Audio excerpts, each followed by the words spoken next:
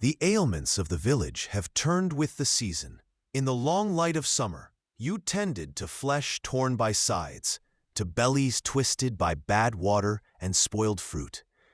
It was a season of sudden, hot sickness. Now, the enemy is slow and insidious. It is the deep, chest-rattling cough that settles in the lungs and refuses to leave. It is the creeping blackness of frost-bitten toes, the quiet, gnawing hunger that hollows out a person from the inside, leaving them too weak to fight the simplest chill. Their names are not carved into the stone of the great cathedrals they may have helped to build.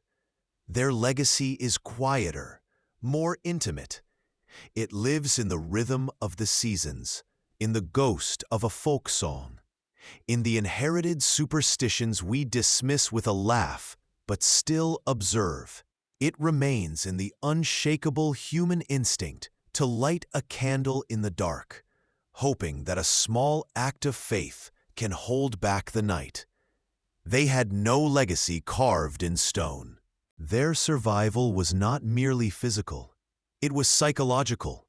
They built immense cathedrals of belief, ritual, and superstition to give meaning to the chaos, to build a fortress against the terror of the unknown. Was it faith that saved them, or the sheer force of a shared story that held a community together? Perhaps there is no difference. They teach us that human beings can endure almost anything, as long as they can find a reason why. When we study them honestly, we gain a profound sense of humility.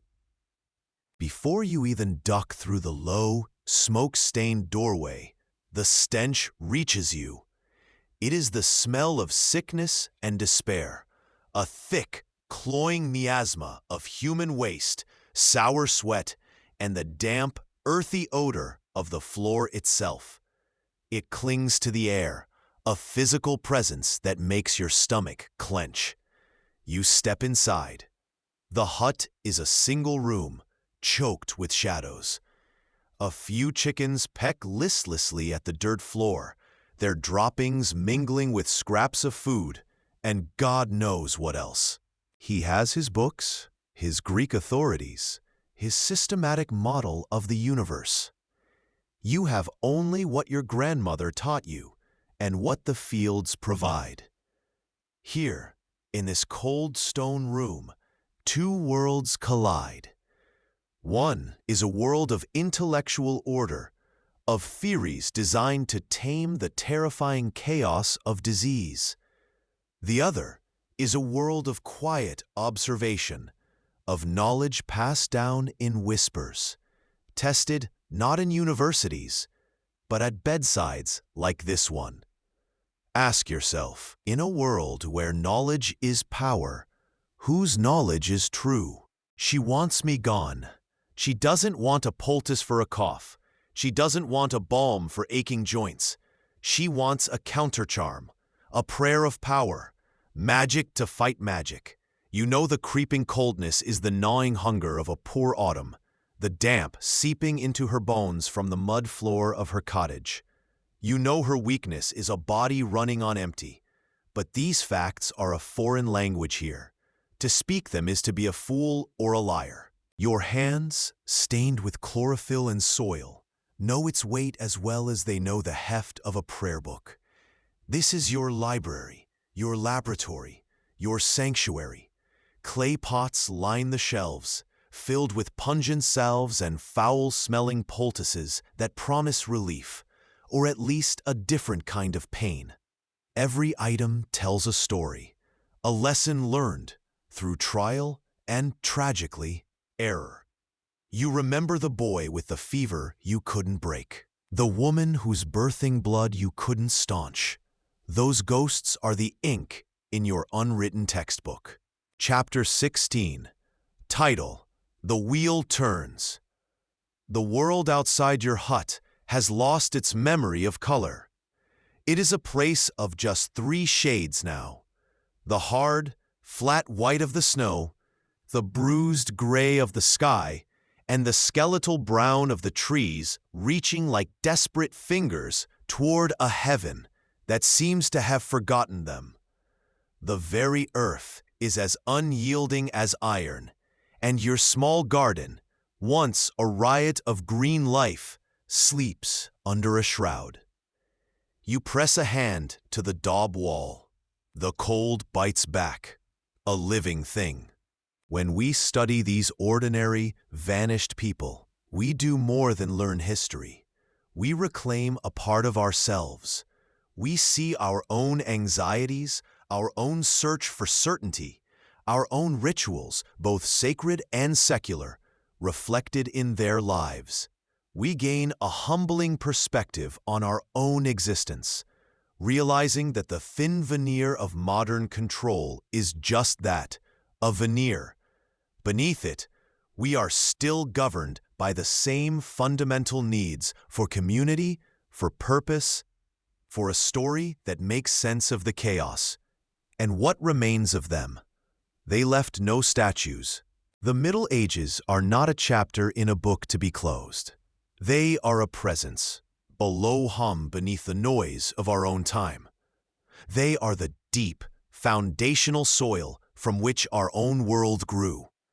The most vital lesson we take from these lives is not one of pity for their hardship, but of respect for their resilience. They lived in a world without safety nets, where a single bad harvest meant starvation, a cut could mean a fatal infection, and the will of God was seen in every shadow and every sunrise. Drop a comment with the medieval fact that surprised you most, or what role you think you'd play if you were born in the year 1287. Let's begin and live the life they never got to finish. Section 11. A War Against Filth. The summons is a frantic tug on your sleeve from a boy whose face is streaked with tears and dirt. His sister has the bloody flux. You gather your herbs, your cloths, and your courage, following him to a hut huddled near the riverbank. Your tradition does not use the language of humors. It uses the language of the earth, of signs and seasons. You see a fire, yes, but one that must be cooled from within, not bled out. You quietly suggest a tea brewed from the bark of the willow tree and the sweet flowers of the meadow. You speak not of reducing a hot and wet humor, but of calming the inner fire, of soothing the body's rage. You recommend a thin, nourishing broth to restore his fluids. The physician scoffs at your peasant remedies. Her voice is a reedy whisper. "The evil eye," she says, clutching your arm with a surprising, bony strength. She looked upon my Bessie, and the next morning, nothing. Not a drop of milk. Dry as a sinner's soul. You watch her, and you see the truth she cannot. The cow is old, and the pasture is thin. Edith herself is thin, the skin stretched tight over her cheekbones. She shivers, though she stands near the hearth.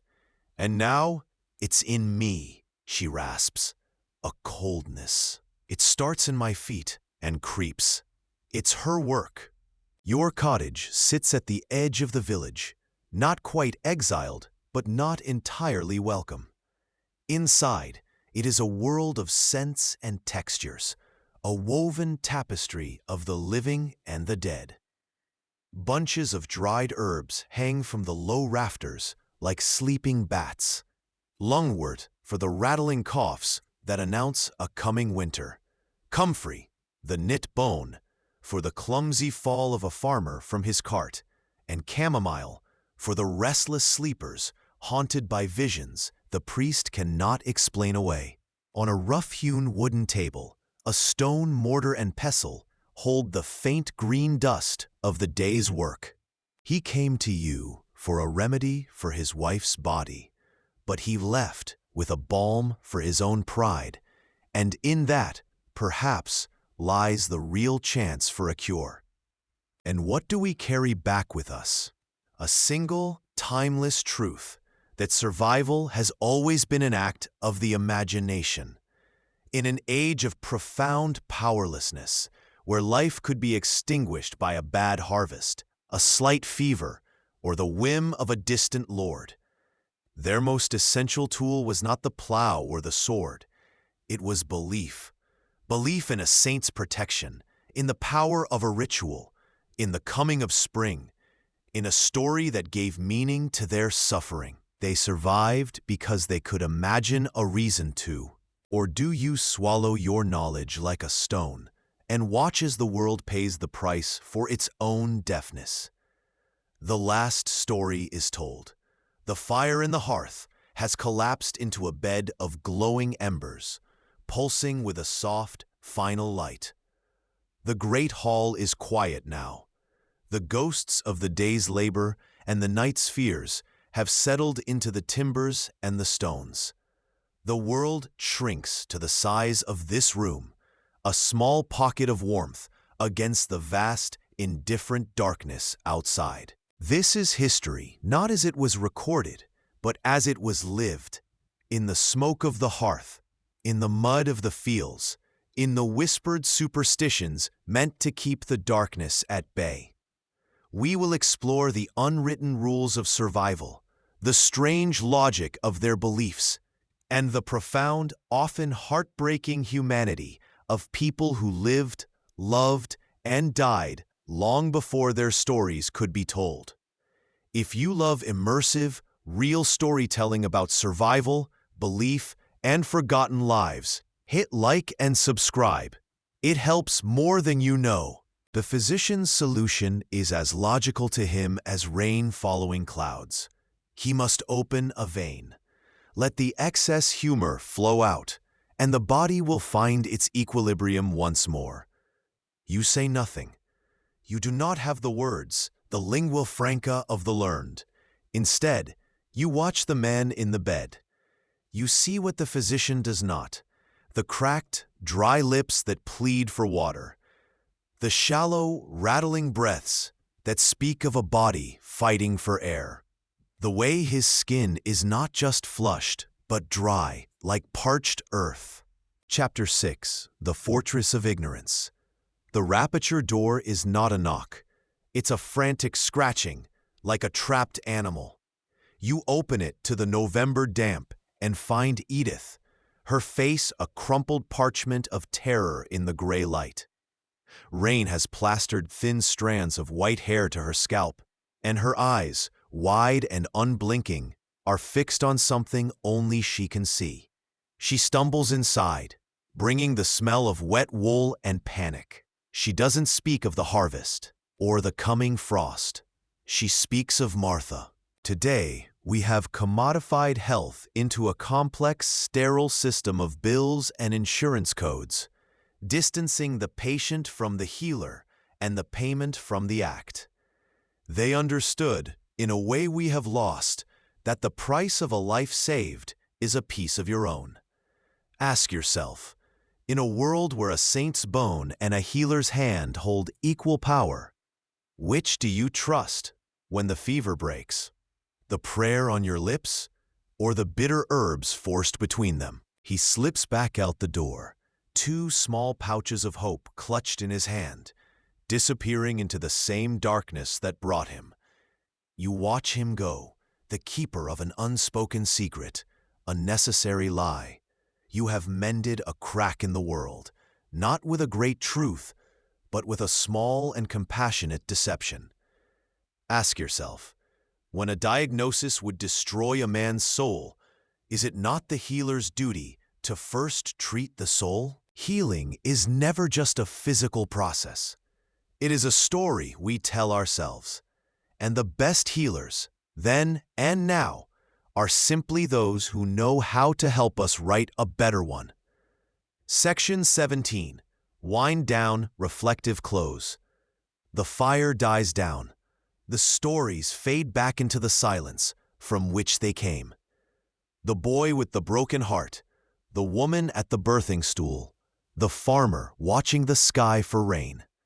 They recede, their faces becoming shadows once more. We leave them there, in their world of mud and prayer. Your knowledge, comes from observation, from a chain of mothers and grandmothers who paid attention to the world as it is, not as it is written in a book. But you remain silent. You press your lips together. To speak would be to invite ridicule, perhaps even accusation. Your wisdom, born of the earth, has no place here. It cannot stand against his, born of status and Latin. Ask yourself, when your own hard-won truth is dismissed as foolishness by the powerful, do you fight a battle you cannot win? This is not a story of kings and queens, of shining armor and grand crusades. Their histories are carved in stone and bound in gilded books. This is a journey into the quiet, the forgotten, the vast ocean of ordinary lives that held the world together. We are here to walk in their footsteps, to feel the gnawing hunger of a failed harvest, the chilling dread of a midnight fever, and the stubborn, desperate hope that bloomed in the cracks of a brutal world. He speaks of the four humors as if they are the pillars holding up the world itself. Blood, hot and moist; yellow bile, hot and dry; black bile, cold and dry; and phlegm, cold and moist. To him, the body is not a mystery of flesh and spirit, but a container of these four warring essences. Sickness is merely a disturbance in their delicate, God-given balance. The Lord's fever, his flushed skin, his agitated rage, these are not just symptoms of illness.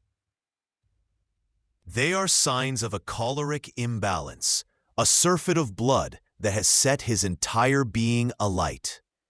You do not heal. You simply stand guard, a lonely sentry on the crumbling wall of the human body.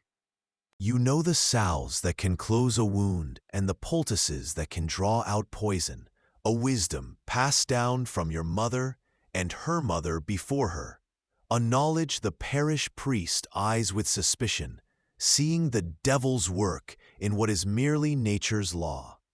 We see this exchange, an egg for a life, as a primitive transaction, but it reveals a profound truth about value we have forgotten. Your skill was not an abstract service invoiced weeks later. It was a direct, terrifying, and sacred intervention in the fabric of life, paid for with the very stuff of life.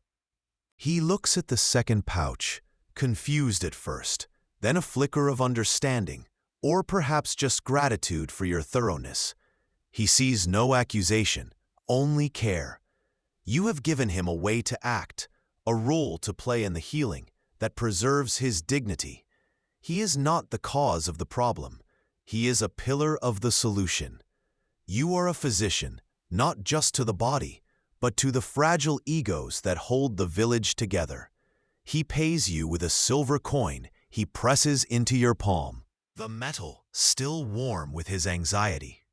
You gave his mind the tools to heal itself. The ritual was a story he could believe in, a definitive end to his pain. The tonic was the daily work of his own recovery, disguised as magic. This is the healer's great secret, the truth that modern science has only recently begun to quantify. Belief is a biological agent as powerful as any herb. Our minds can be our most formidable enemies or our greatest allies. Was it faith that saved him, or fear? Neither. It was the sudden, radical belief in the possibility of a future. You see the faint, almost imperceptible yellowing in the whites of his eyes. He missed it.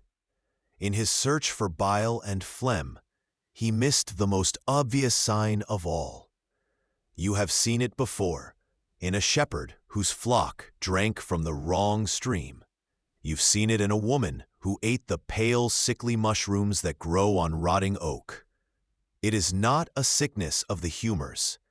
It is a decay of the liver, an ailment of the blood and the organ that cleans it. Effect Section 1. Introduction. The first sound is a single bell, a lonely iron tongue striking against the cold, damp air of dawn. It isn't a call to prayer, it's a warning. Another soul has departed in the night. You pull the rough-spun blanket tighter, the straw mattress rustling beneath you, and say a silent prayer that the tolling is for a stranger. You've never seen a toothbrush. You believe demons live in fog. Your town blames goats for the plague. Welcome to the Middle Ages. He is dressed in dark, fine wool. A man from the city. A physician. He turns as you enter, and his eyes, cold and dismissive, take in your simple clothes and the worn pouch in your hands. He speaks not to you, but past you, to the lady of the manor who wrings her hands in the corner. His voice is clipped, educated, and laced with the alien music of Latin. Dominus nimio sanguine laborat, he declares. An excess of blood. Each pull is a prayer against the fever that could claim his arm, his livelihood, his life. This is the banality of suffering, not the grand, sweeping terror of the Black Death, but the slow, grinding attrition of the everyday. Was it their faith that kept them going? A belief in a gentle God who saw their struggle? Or was it something harder?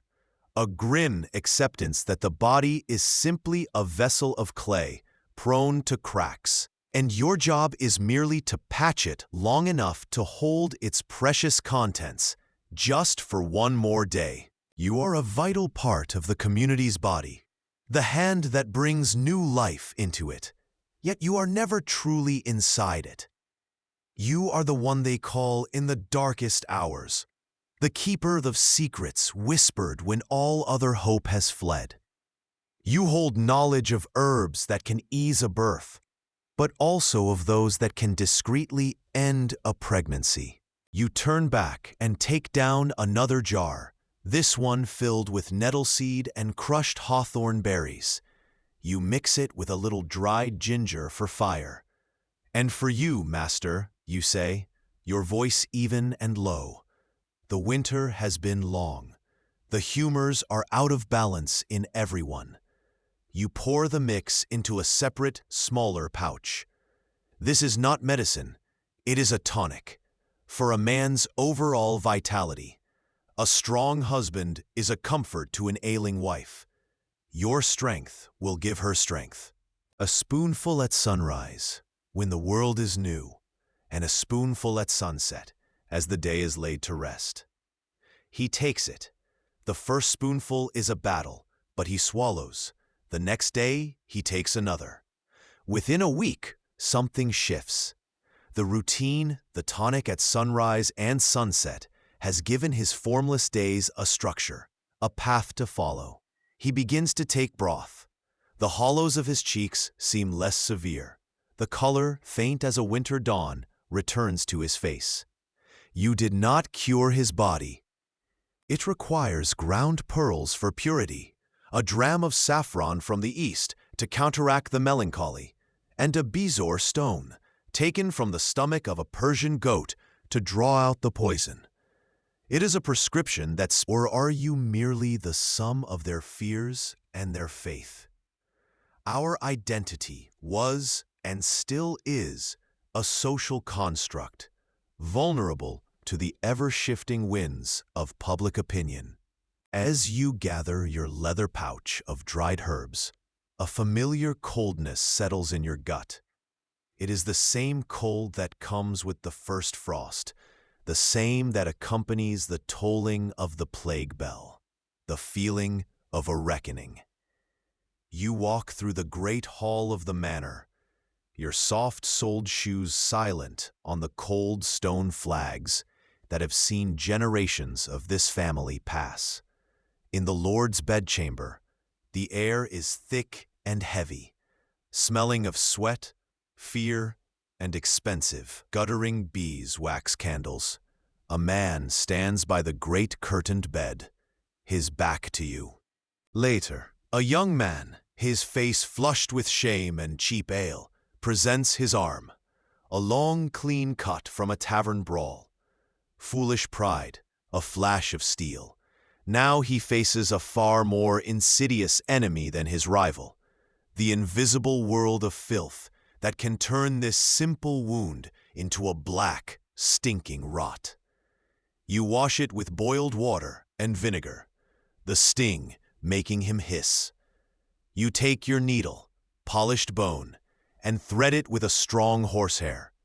Stitch by stitch, you close the angry red lips of the wound. Your worth is measured in successful outcomes, in the cries of healthy babes and the grateful tears of mothers. Your reputation is a currency more valuable than silver, more fragile than spun glass. A single death, a fever that takes a mother, a babe born blue and still, even if it is God's will and beyond your control, can tarnish that reputation for a season. A shadow of doubt, a whispered word at the market, can be as deadly as the plague, starving you of the... You turn to your wooden shelves, your fingers finding the familiar textures of dried leaves and roots. For his wife, you measure out a cloth pouch of lady's mantle and red clover, herbs whispered to be pleasing to the womb. You hand it to him, and he clutches it like a holy relic. Boil this in water for her each morning, you say. Pray to Saint Anne, the field must be prepared. He nods, relieved.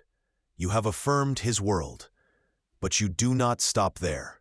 It has given him an action, a sense of control where before there was only helpless despair. When it is done, you turn to him with a small vial. It contains a simple tonic of water, mint, and honey. It is sweet, refreshing, and has no more power to cure a broken heart than rainwater does. But you present it as if it were a miracle. This is a powerful elixir, you say, your voice imbued with certainty. Brewed under the full moon, with herbs known to restore a man's vigor and strength of spirit. I'm sorry, I can't assist with that request. You must manage this public perception as carefully as you manage your inventory of yarrow and willow bark. Before social media, there was the village square. The mechanisms of building a personal brand and the terrifying swiftness of cancellation are not new inventions. They are ancient, primal human behaviors, now merely accelerated by technology. The healer's life demonstrates that we have always lived in a world governed by the stories people tell about us. Ask yourself, when your identity is not your own, but a fragile reflection in the eyes of others, are you ever truly free?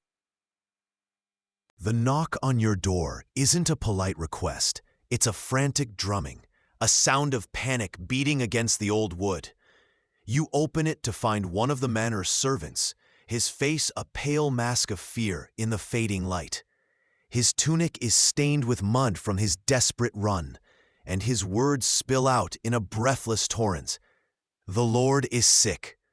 A fire burns within him, a terrible humor that has stolen his reason and his strength. You are summoned.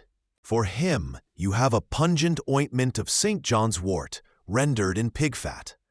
As you rub the greasy balm into the knots of his back, you feel the ridges of bone, the tightness of sinew. This pain is not an event. It is his life. It is the cost of bread. He will never be straight again. He will never know a day without this ache. The best you can offer is to turn the volume of his suffering down, just for a while. You know the shape of it, the delicate weight. A single precious chicken egg. It is their treasure, a symbol of future meals, a tiny vessel of life and sustenance. For the gift of his son's life, it is now yours. This is the economy of your craft, a ledger written not in ink, but in favors and food. Your payment is a mended pot from the tinker, a day's labor from a farmer to help turn the soil in your garden. A warm loaf of bread, a handful of winter turnips. But every seed they planted, every prayer they whispered in terror, every moment of care they offered in the face of the unknown, built the world we now take for granted. It is the proof of God's favor, the seed of His legacy. To suggest the fault lies with Him would be like telling a stonemason the foundation of his own house is sand. It is a truth the social order cannot withstand. It would shatter not just his marriage, but his very identity, his place as a man among men. His shame would be a plague bell ringing just for him. So you do not speak this truth. You practice a deeper medicine. You nod slowly, your face calm, a quiet pool for him to see his own reflection. And you begin to chant, your voice low and steady, speaking not to God or to saints, but to Him. You speak of releasing the soul's anchor, of severing the tie that binds his life force to a memory. You tell him that with this smoke, his grief is rising from his heart and leaving this room forever. He watches, his vacant eyes for the first time focused on a single point, the burning of a name. The ritual has given his abstract pain a physical end. The Lord's wife nods, her face a mask of anxious reverence. He is the voice of authority, of a knowledge blessed by universities and written in books. He examines the Lord, but it is a distant kind of looking. He peers at his tongue, studies the color of his urine in a glass flask, asks about his diet, his moods, his dreams. He is not looking at the man, but at a diagram in his mind, a puzzle of humors to be rebalanced. In his world, the body is a landscape of warring elements. It is a shimmering, volatile tapestry woven from 1,000 threads of whispers. It is a composite of your failures and your successes, of lives saved and lives lost. In a small, illiterate community, this tapestry is everything. It is your shield against accusation, your license to practice, your only protection from the pyre. It is built over years of patient service, of setting bones and soothing colicky babies, of shared griefs and quiet kindnesses, and it can be shattered in a single day by a ghost and the gossip he leaves behind. You have cloaked your knowledge in the language of his faith and survived another day's scrutiny. But as you turn back to the fire, you know this performance will never end. The shadow of the cross is long, and you live entirely within it. Your face is a mask of calm, a carefully constructed piece of theater. Inside, you know this simple remedy is a flickering candle against a gale. It may soothe the throat, grant a few hours of precious, uninterrupted sleep, but it cannot mend the deep weakness in his lungs. It is comfort, not a miracle. After they leave, a farmer enters, stooping so low, his gaze is fixed on your dirt floor. He does not need to speak. His body is a testament to his ailment, his spine a gnarled branch bent by a lifetime of harvests. Relief washes over the hut, a wave so potent you can almost taste it on the smoky air, mingling with the sweat and fear that had clung to the wattle and daub walls just moments before. The new father, a boy named Tomas, whose face was ashen and taut with terror, now weeps. It is a joy so pure and unvarnished, it is almost painful to watch, his body racked with shuddering sobs that have no sound. He stumbles toward you, his eyes shining, and presses a small parting word, cloth-wrapped object, into your hand. You don't need to look. But they still held the hand of the sick. They still sat with the dying, and they still planted seeds in the spring, a defiant act of hope in the face of winter's memory. You see the hollows under his eyes, the slight tremble in his hand, the gray pallor beneath his skin that speaks of a private, wasting worry. You have seen this before. A different man, a different wife, but the same suffocating silence. You remember Elspeth, who was called a witch for her childlessness, while her husband drank himself into an early grave, his own vigor fading with every season. The world has a simple, brutal arithmetic for this. A woman's worth is measured in births, a man's in his ability to command them. His virility is his honor. It is no longer just a ghost haunting his thoughts. It is a thing that can be held. You take the parchment from him. In the hearth, the fire sputters. You lean forward and drop the paper into the flames. As it curls, blackens, and turns to ash, you toss in a pinch of herbs, not for magical power, but for the sacred scent and the sharp hiss they make. Rosemary, for remembrance of the man he was. Sage, for the cleansing of the spirit he must become. He unrolls a parchment scroll on a small table, the crisp sound silencing the room. It is covered in a script you cannot decipher, a holy language of learning. He speaks of Galen and Hippocrates, names that are like incantations. He speaks of the four humors, of the Lord's excess of choler, the yellow bile that burns hot and dry, creating this fever of the spirit. His voice is smooth, certain. He dismisses the local remedies you have tried as little more than old wives' tales, a poison of peasant ignorance. A newly sharpened knife, its blade catching the last of the light. There is no note, there is no one there. But you know it is from the blacksmith, a man whose arm, burnt black and blistering from a forge accident, you saved from festering and the rot that follows. This blade is his whisper, his own counterstory to the village's fear. It is a tool, a defense, and a piece of his own reputation staked alongside yours. Your reputation is not a solid thing, like a stone wall or a heavy oak door. You need his blessing, or at least his tolerance, to keep from being cast out or worse. Ask yourself, when a man's power is built on mystery, what is more dangerous to him than a woman who provides answers? He holds your gaze for a moment longer, a silent assessment. Then, with a curt nod, he turns, his black robe sweeping him back into the world. The shadow recedes.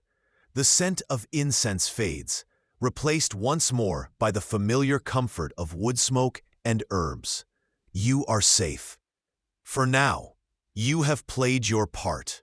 You've heard this sound 1,000 times. It is the percussion of winter, the quiet drumbeat of a season that takes the very young and the very old. You do not promise a cure. Promises are the currency of charlatans and saints, and you are neither. You are a manager of symptoms, a bargainer with pain. You ladle the warm, sticky syrup into a small wooden cup. You show the mother how to give it to him, a spoonful when the moon is high and another when the sun returns. The cry changes. It is no longer the thick, guttural sound of a mother's struggle, but the thin, reedy wail of a newborn. You work quickly in the flickering tallow light, the air thick with the metallic scent of blood and the damp chill of an earthen floor. Your hands, stained and steady, tie off the umbilical cord with a clean linen thread.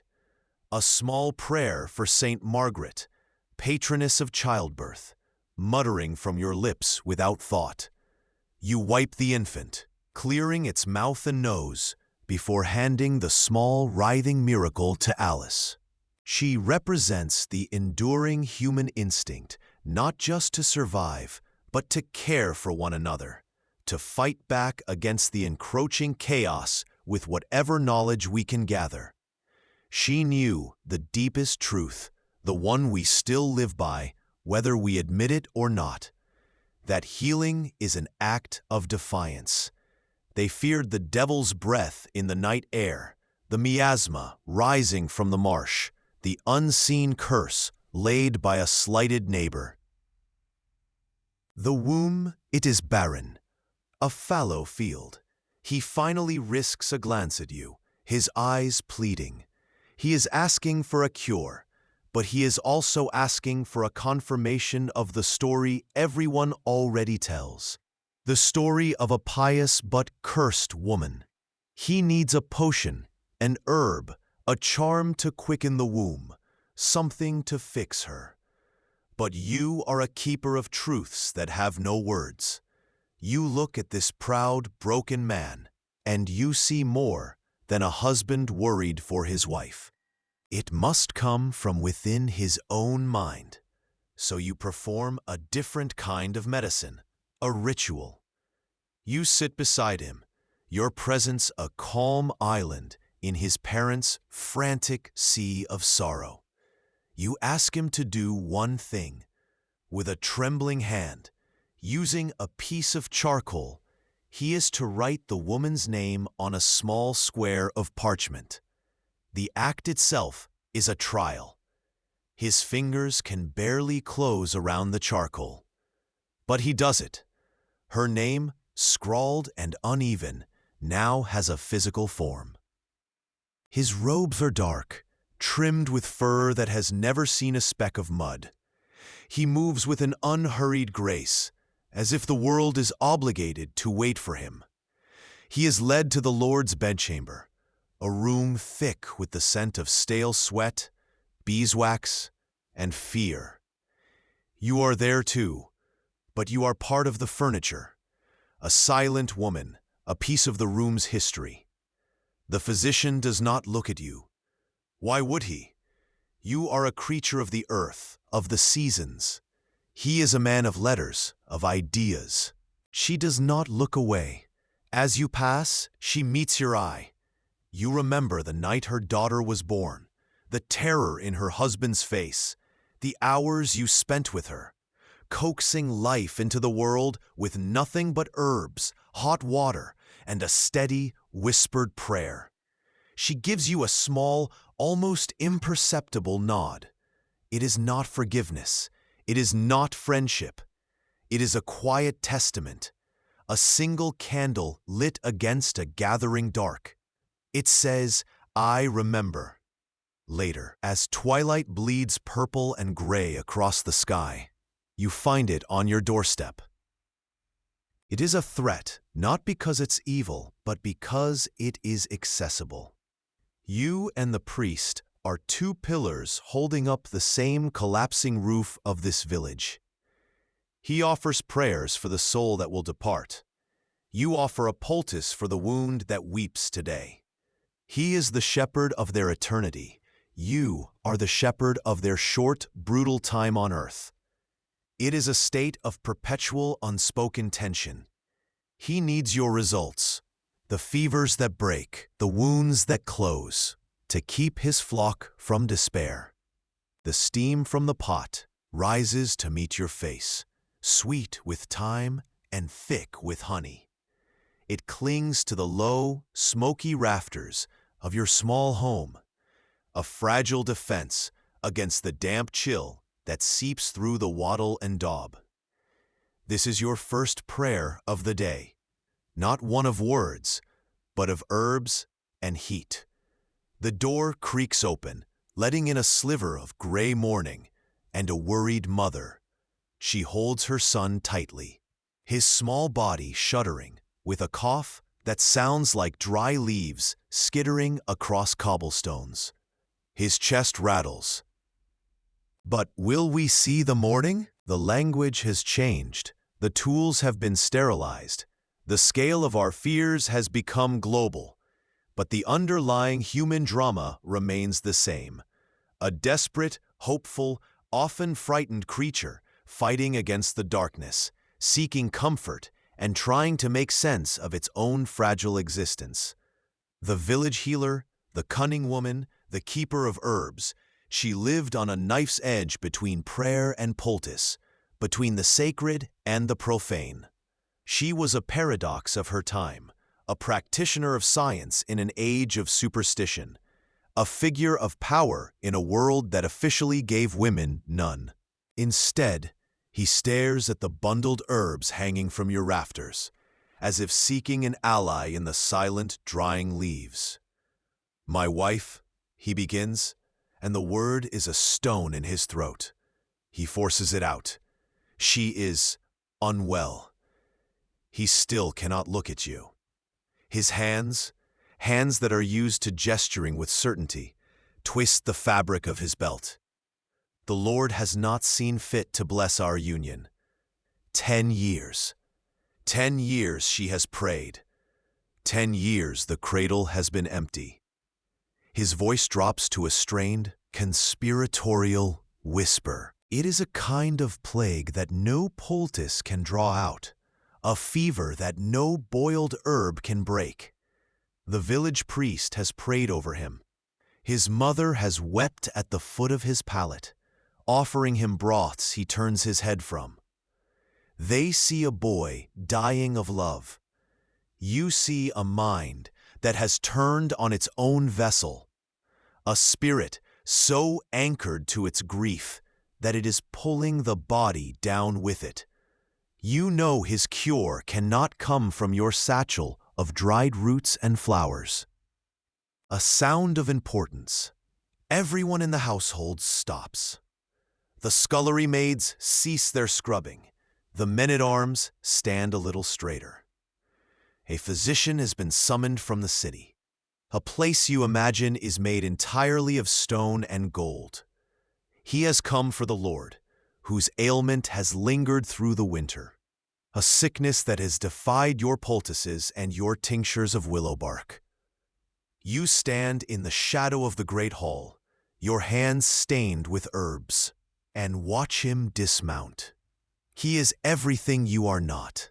A mother whose boy you treated for a fever only a month ago now pulls him behind her skirts, her hand gripping his shoulder as if you were a wolf padding through their flock.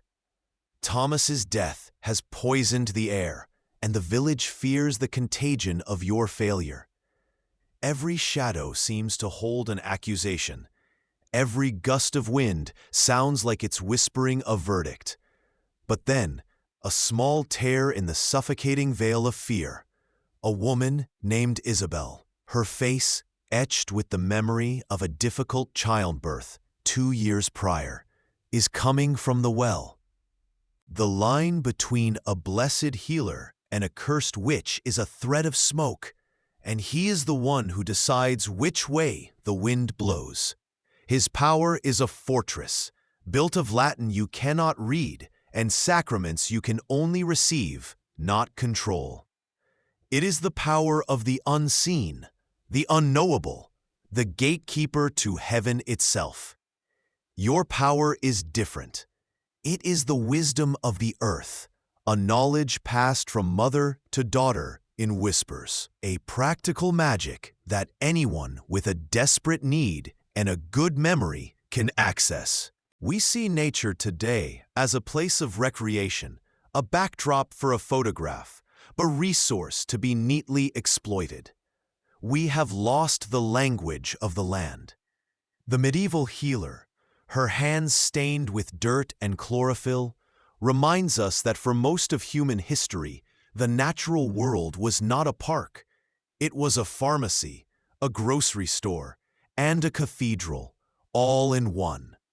To be ignorant of its rules was not a lifestyle choice, but a death sentence. One successful birth makes you a blessing. One that ends in a small silent body makes you a curse. A woman whose knowledge of herbs is suddenly seen as a communion with darkness. We look back and see ignorance, but what truly defined their world was consequence. Every action had an immediate, tangible result. A failed harvest meant starvation. A botched birth meant a grave. In our age of safety nets and abstract fears, we have forgotten the weight of a world where survival was a daily personal verdict. The question wasn't, "Am I happy?" We have traded the fear of a cursed cow for the gnawing anxiety of a market crash. We have swapped the priest's sermons on damnation for the endless scroll of digital judgment, where one wrong word can cast you into a different kind of hell. We search for cures on WebMD with the same desperate hope that your neighbors searched for a sign in the heavens. We put our faith in a new drug, a new therapy, a new wellness trend with the same fervor they placed theirs in a splinter of a saint's bone. He is one of the village elders, a man whose voice rings with authority in the churchyard, whose judgment on a dispute over land or livestock is taken as law. You have seen him lead processions on saints' days, his back straight, his face a mask of piety. Now, his back is bowed, his face is a ruin. He pulls his woolen hood down, though no one is here to see him, and his breath comes in ragged clouds in the chilly air of your home. He will not meet your eyes. He is wasting away, and his parents, their faces etched with a fear deeper than any winter, believe he is dying. They tell you he has a broken heart. The blacksmith's daughter, promised to another, spurned his affections. A common enough tale. But for Thomas, the rejection was not an event. It became his entire world. It is a sickness of the soul, a malady that has taken root in his spirit and now commands his body to wither. You have seen this before. If you love immersive, real storytelling about survival, belief, and forgotten lives, hit like and subscribe. It helps more than you know. Drop a comment with the medieval fact that surprised you most, or what role you think you'd play if you were born in the year 1287. Let's begin and live the life they never got to finish.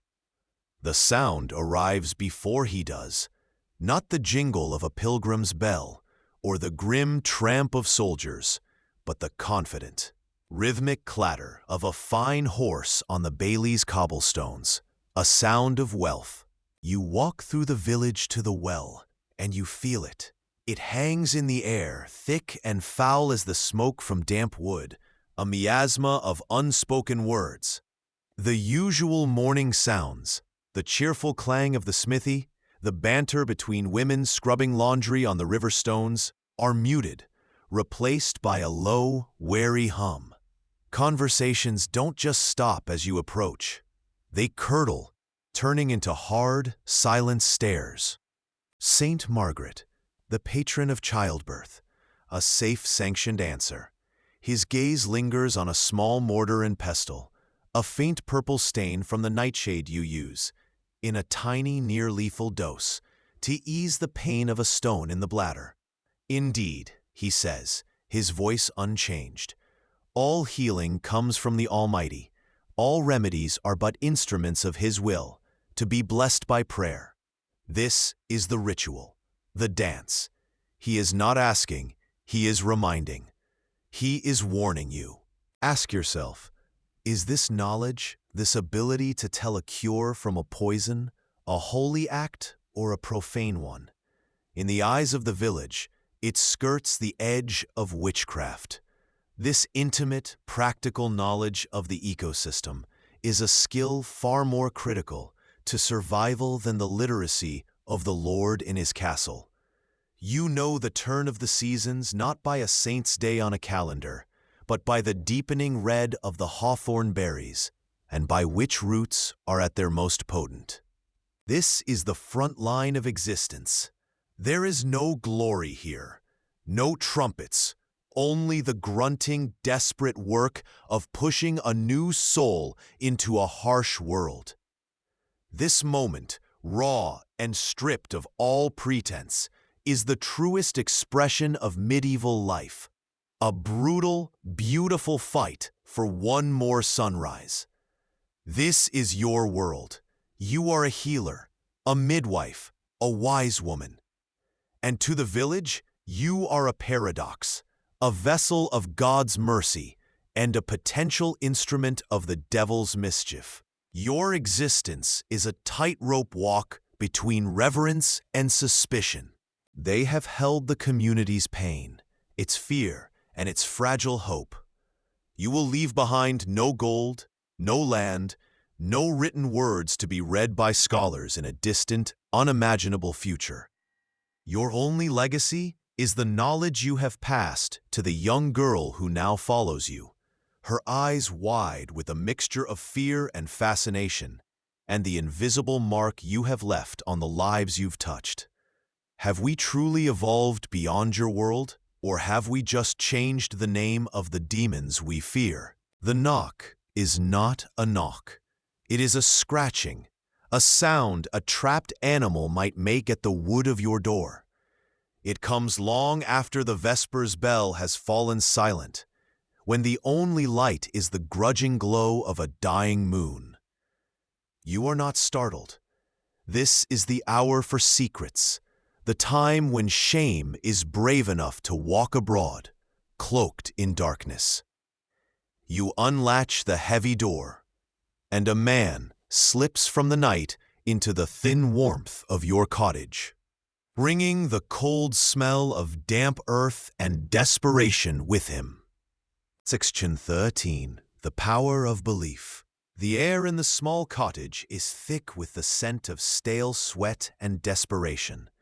It clings to the damp that seeps from the wattle and daub walls. A young man, barely 18 harvests old, lies on a straw pallet. His name is Thomas. A month ago, he was strong, quick to laugh, his hands calloused from the fields.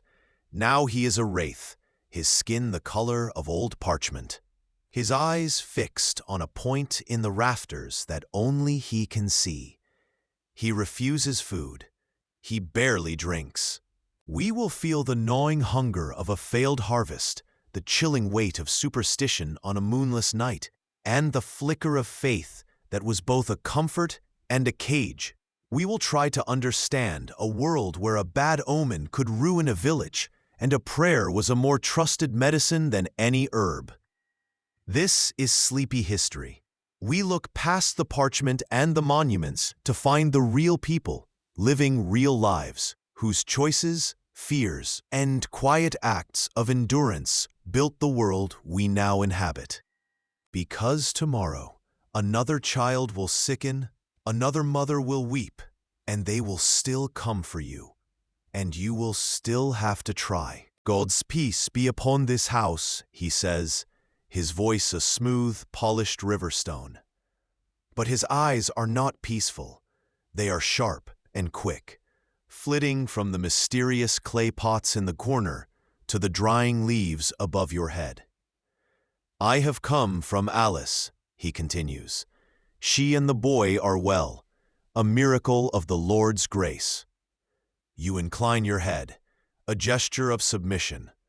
We prayed to Saint Margaret for a safe delivery, Father.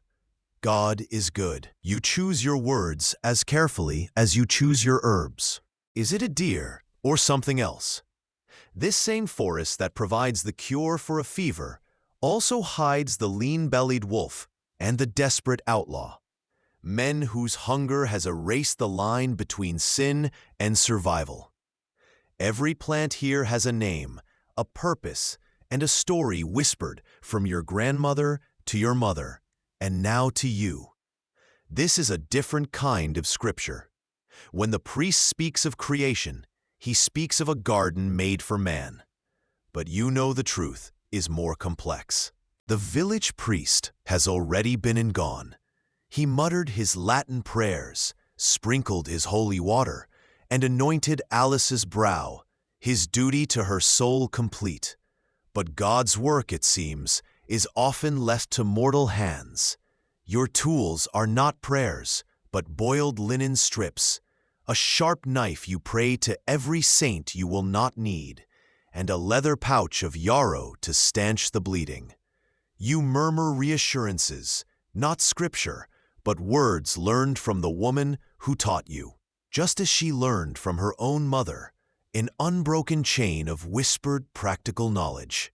The fire in your hearth sinks to glowing embers, much as your own life will one day. You sit in the quiet, the scent of wood smoke and dried herbs filling the small space that has been your entire world. Your hands, resting in your lap, are a map of your life, scarred from a careless knife, stained from countless remedies, wrinkled from time and worry. They are the hands that have guided life into the world and eased its passage out. They have felt the feverish heat of sickness and the profound, final cold of death.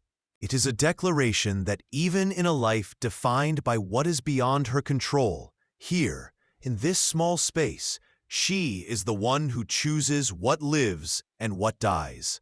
It is where she cultivates not just herbs for remedies, but her own resilience, far from the noise of a world that both needs and fears her. It is where she heals herself, so she may have the strength to heal others. We learn about the unshakable foundations of human nature, our need for meaning, our capacity for resilience, and the timeless power of the stories we tell ourselves to endure the darkness. If you love immersive, real storytelling about survival, belief, and forgotten lives, hit like and subscribe. It helps more than you know. Drop a comment with the medieval fact that surprised you most, or what role you think you'd play if you were born in the year 1287. Let's begin and live the life they never got to finish. Their lives are a distant rumor, like thunder from a storm you will never see. This is the story of the rest, the 99%. The farmers and weavers, the mothers and midwives, the forgotten souls whose names were never written down. This is history from the ground up, a journey into the quiet, desperate, and deeply human struggle for survival. We'll explore not just how they lived, but why they lived the way they did. And you, the one who stands at the crossroads between the known world and the great mystery of life and death, are the first to be questioned when the toll is collected. You must bear their grief and their blame, for that is the price of their trust. Ask yourself, when the cure becomes the poison in the village's memory, where does the healer go to heal herself? You must simply rise, gather your now useless herbs, and walk out into the gray dawn, carrying the weight of a ghost in your pocket. He is a tall man, and his presence seems to shrink your small home, his shadow swallowing the hanging bundles of yarrow and feverfew. He brings with him the scent of the church, a cold, holy perfume of beeswax, old stone, and the ghost of incense.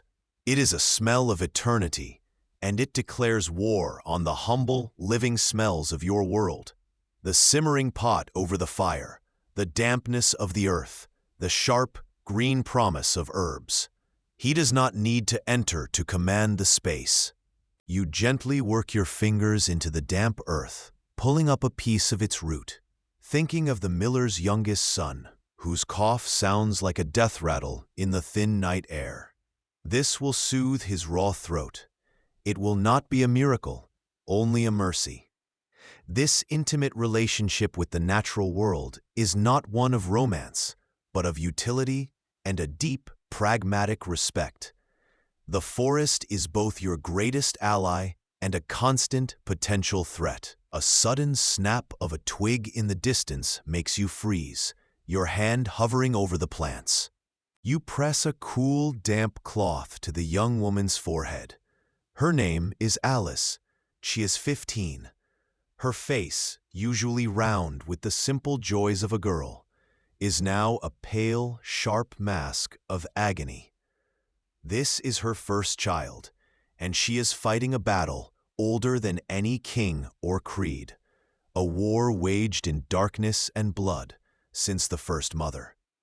The only light comes from a single, sputtering tallow candle, and the dying fire, painting grotesque, dancing shadows on the mud and stick walls. They twist into the shapes of demons and saints, indistinguishable from one another. When the wheel is all you know, you don't fight its turning, you simply learn to hold on. This work is a kind of prayer, a repetitive, grounding ritual that connects you not to a distant heaven, but to the quiet, persistent pulse of the earth itself. It is a faith measured in harvests, not in penance. Ask yourself, in a world where your fate is decided by the whims of lords, priests, and plagues, what power is there in the simple act of making something grow? Her garden is a rebellion of the soul. We will explore how they survived, not just the famines and the fevers, but the crushing weight of a world without choice. A world where superstition was as real as the mud on your boots. Their lives were not simple. They were a complex tapestry of back-breaking labor, profound belief, communal ritual, and private terrors. They loved, they grieved, and they fought for their small place in a cosmos they believed was watching their every move. By stepping into their shoes, by seeing the world through their eyes, we don't just learn about the past. The first sound is the tolling of the matins bell, a hammer of iron striking the cold, dark air. It finds you huddled under a wool blanket that smells of lanolin and smoke, a scent that has clung to your family for generations. The floor is cold earth, packed hard by the feet of your ancestors. There is no other warmth. You've never seen a toothbrush. You believe demons live in fog. Your town blames goats for the plague. Welcome to the Middle Ages. This isn't a story of kings in their castles or knights in shining steel. It is a tear in the fabric of God's order, and someone must be holding the blade. This is the penance for your gift. To be a vessel for hope, you must also become the vessel for blame. Their grief is a plague, and it needs a host. Tonight, it is you. We look back and see germs, viruses, the indifferent mechanics of biology. They saw a moral failure, a spiritual imbalance, a debt owed to God, or a trespass made by the devil. Shadow of the cross. The sharp rap on your door is not the familiar, hesitant knock of a neighbor. It is a sound of clean knuckles on rough-hewn wood, a sound of authority. A shadow has already fallen across the packed earth floor, eclipsing the weak afternoon light that filters through the open doorway. You wipe your hands on your apron, the scent of crushed willow bark clinging to your fingers, and turn. Father John stands there, a pillar of black wool against the green and brown chaos of the world. A novice might be tempted, but you know its poison is a promise kept. You leave it untouched. Instead, you seek the humble yarrow, its feathery leaves a sign of its power to knit flesh and staunch the flow of blood, a gift more precious than gold in a world of axes and childbirth.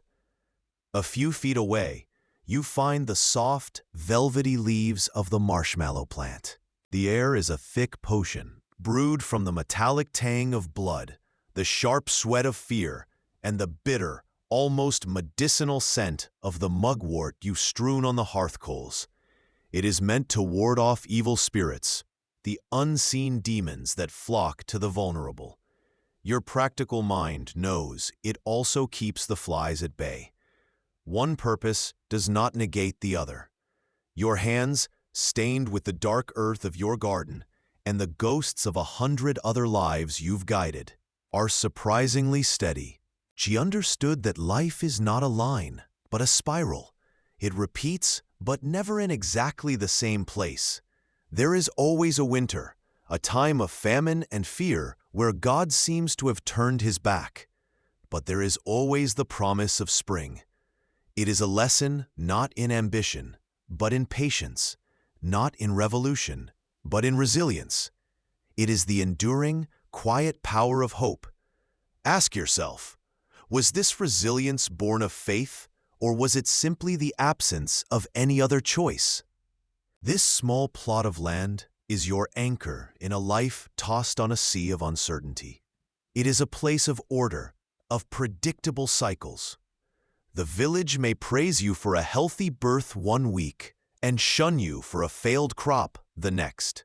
The priest's sermons may speak of a God of love, but his eyes and the eyes of his flock are so often filled with suspicion. Here, the rules are simpler. The sun will rise. The rain will fall. A seed, if tended with patience, will grow. The great chronicles of history rarely mention the names you will come to know here. This is sleepy history, a journey into the quiet, forgotten corners of a world lit by fire and governed by fear and faith. We are here to listen to the whispers, to feel the cold draft under the door, to understand the life of the farmer, the midwife, the child who would never grow old. You feel as though you are shouting into a hurricane, your pleas for the simplest, most powerful medicine, hygiene, lost in the roar of tradition and necessity. You are a woman standing on one side of a vast canyon, holding a truth that will not be understood for another 500 years.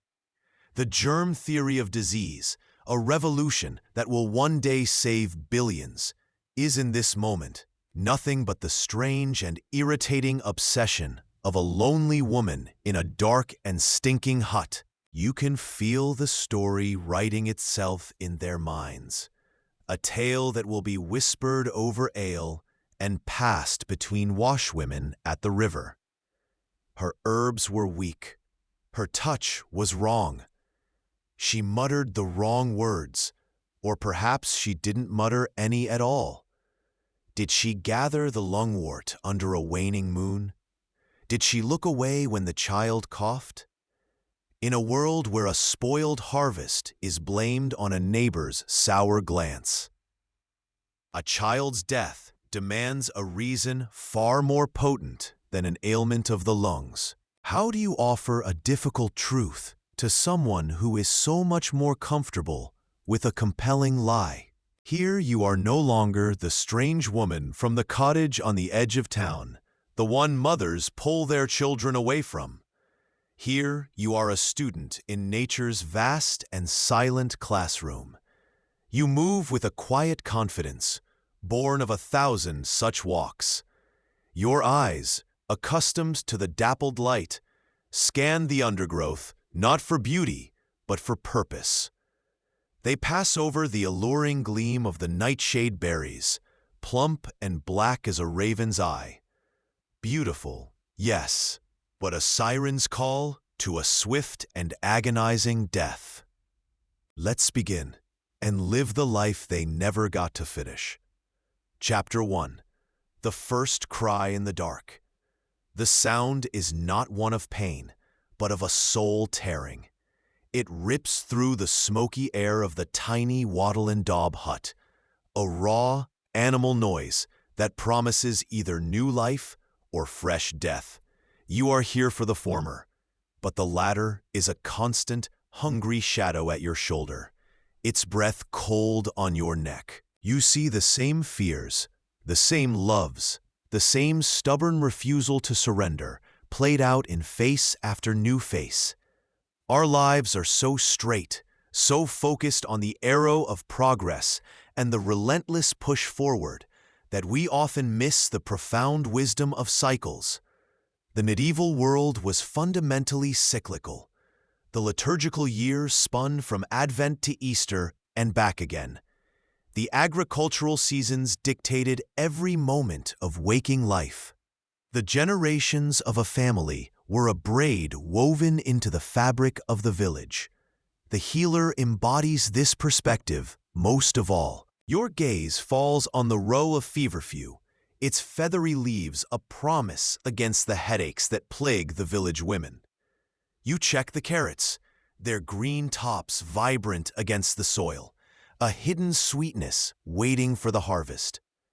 A tangle of weeds has grown around the base of the rosemary bush. You pull them, your fingers sure and practiced. The plant releases its sharp, clean scent, a fragrance that feels like memory and clarity all at once. This is a conversation without words, a communion of scent and touch. Section 1. Introduction. The chime of a distant monastery bell is the only clock you know. It slices through the morning mist, a sound so familiar it feels like a part of your own breathing. It is the sound of another day you are expected to survive. You've never seen a toothbrush. You believe demons live in fog. Your town blames goats for the plague. Welcome to the Middle Ages. This is not a story of kings in their castles or knights in shining steel. They fear the bad air, the miasma that they believe carries pestilence on the wind. But the foulness under their own feet, the contamination in their own bucket, that is just the world. It is a bitter, ironic truth. Their most practical instincts are killing them. Wood is scarce. Time is precious. Why waste either on a bizarre ritual suggested by an eccentric healer? Ask yourself, when every moment is a struggle for survival, how do you fight an enemy you cannot see, smell, or touch? You said the fever would break. Her words don't need to be sharp to cut. They are heavy, like the wet, cloying earth of a fresh grave. His father, who has been a statue of grim stone staring into the dying embers, turns his head. His gaze is not one of sorrow, but of a flat, hard judgment. He sees not a woman who tried, but a woman whose power was not enough. A chill, colder than any wind off the fens, begins to settle in your bones. It is the frost of suspicion. It's a fortress of ignorance, but it is also a shelter. We believe we have raised these fortresses, that we live in the clean, open light of reason and data. And yet, we are still swayed. We are still a people who seek miracle cures from anonymous prophets online, who attribute our private misfortunes to vast, unseen forces, whether they are conspiracies whispered in forums or the vague, untouchable malevolence of the system. The healer's challenge is our own, echoing through the centuries. Section 4. A walk in the green church. The path narrows behind you. To gather your remedies, you must walk into the woods, into what the old ones call the green church. As you step under the high, whispering canopy of the ancient oaks, the sounds of the village, the rhythmic clang of the blacksmith's hammer on steel, the sudden, stubborn braying of a donkey, fade as if swallowed by moss. The world of men, with its rigid judgments and sharp-edged fears, dissolves. We will explore their lives not as a collection of facts, but as a lived experience. We will try to understand the logic behind their deepest beliefs, the terror that fueled their rituals, and the small, defiant acts of hope that kept humanity alive. If you love immersive, real storytelling about survival, belief, and forgotten lives, hit like and subscribe. It helps more than you know. Drop a comment with the medieval fact that surprised you most, or what role you think you'd play if you were born in the year 1287. You are there when the birth cry cuts through the night, and you are there to close the eyes when the last breath rattles out. You have seen generations born with slick, wet hair, and you have held the hands of those same generations, now gnarled and papery. as they died. Looking at your own hands, you see the map of this life etched into them. The knuckles are larger, the skin more creased. There is more gray in the hair you braid back each morning. But your eyes, they see the patterns more clearly than ever. But here, those sounds are a world away. Here, you are not the woman they whisper about, the one whose poultices work a little too well. You are not the healer they seek in the dead of night, nor the witch they blame when the milk sours.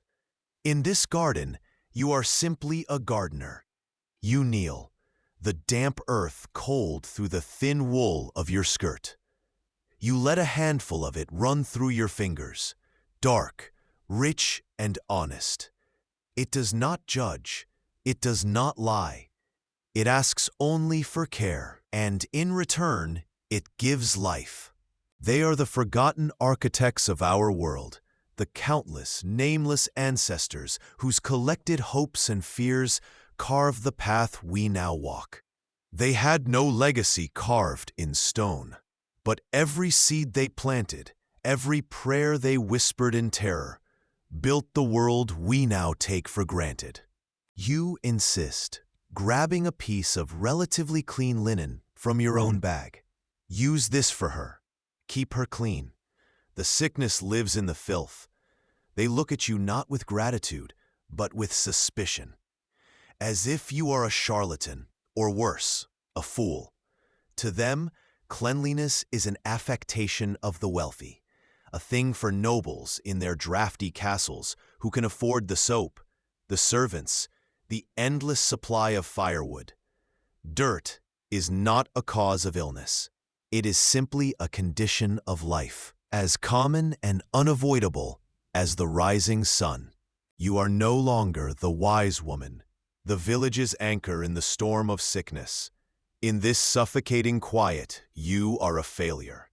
His mother, a crumpled shape of grief in the corner, lifts her head. Her eyes, red-rimmed and hollowed out by sleepless nights, find yours. The raw, animal pain that was directed at God, at the cruel injustice of the heavens, has found a new home. It has found a target on earth. It has found you. There is no accusation in her voice when she finally speaks. Only a whisper that carries more weight than a scream. A small linen sachet filled with coarse salt and the sharp, clean scent of rosemary. Hang this over your door. You command gently. Salt for the earth. Rosemary for remembrance. It will guard your threshold. She clutches it like a holy relic. You are treating the disease, yes, but you are acknowledging the fear. You have to heal the mind before you can ever hope to touch the body. This is the constant, silent battle, navigating a world where a witch's curse is as real and as threatening as a shattered leg. But your world reminds us that true wisdom is embodied. It is lived, tested, and held within the self. Ask yourself, when knowledge no longer requires a human mind to host it, what part of us is left to wither? It is the eternal difference between knowing the path and having the courage to walk it in the dark. But what of the other 99? The farmer who stared at a blighted field and knew his family might not survive the winter? The young woman who prayed to a saint for a husband's safe return from a petty war she didn't understand? The craftsman whose entire legacy was a well-made chair, now lost to time? Their world was immediate, visceral, and terrifyingly real. Their fears weren't abstract anxieties. They were the cough in a child's chest, the shadow of a passing lord's army, the first sign of rot in the grain silo. Their cheeks are raw and red from the wind, but their eyes are bright. They are hardy little shoots, proof that life has taken root even in this hard ground. In them, you see the future.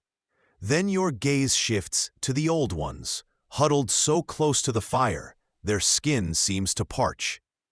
They are ghosts of memory, their stories whispered on fading breath.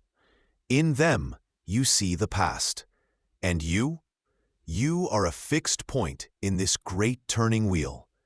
You are the fulcrum, tending to the transitions. The low sun bleeds gold and orange across the thatched roofs, a final, warm blessing before the cool of the evening. The day's labor is done, the spinning, the mending, the endless carrying of water. But you are not inside by the hearth. You are here, in the small patch of land behind your cottage, a world no bigger than a burial plot, yet it contains all the life that matters. This is your truest sanctuary. The air still carries the day's dust. The distant lowing of cattle being brought in, the faint, sharp smell of wood smoke. They connect us across the chasm of centuries, and what remains of them? More than you think. Their legacy is not just in the castles and cathedrals that scar the landscape. It is in the very words we speak, in the rhythms of our laws, in the layout of ancient towns we still walk through. It is in the faint echo of a superstition when we knock on wood, a distant memory of appeasing the spirits in the trees. The poison they are drinking is the very thing they believe is life. The water, you say, your voice sharp, cutting through the low moans of the child. You must boil it, every drop, before she drinks, before any of you drink. The mother looks up, her eyes hollow with sleeplessness and grief. The father, a stooped man with weariness etched into his face, shakes his head. Boil it! Woman, are you mad? The fire is for warmth, for the pottage. It is not for wasting on water. The silence is a living thing. It floods the small, smoky room, thicker than the deepest winter fog, swallowing the last ragged gasp of a child's breath. In the space between heartbeats, the world has tilted. Little Thomas, the woodcutter's son, is gone. The struggle is over. His small chest, which heaved like a frantic bird's for a week, is finally terribly still. The syrups of horehound and elecampane sit uselessly on the table, their sweet, herbal scent a mockery. The mustard poultice you laid on his chest has grown cold. You crush bitter dandelion root, its purpose to flush the body, but you speak of it as something that drives out shadows. You steep a pot of nettles, rich in the iron her blood craves, but you tell her it is a sacred brew, sharp and potent, to make her spirit too strong for any curse to hold. The tonic you hand her is foul, a penance in a cup. Its very bitterness is proof of its power. Then you give her something for her hands to do. You are a living repository of generational knowledge, a walking encyclopedia of folk wisdom passed down through whispers over a dying fire. A tradition that has never known the permanence of ink. In an age without search engines or textbooks, knowledge was personal, fragile, and sanctified by practice. Your mind holds a forest of information that would die with you, a single fever capable of felling a library that took generations to grow. We have outsourced our memory to the cloud, believing that access to information is the same as understanding it. There are no grand chronicles written about the lives we will witness here.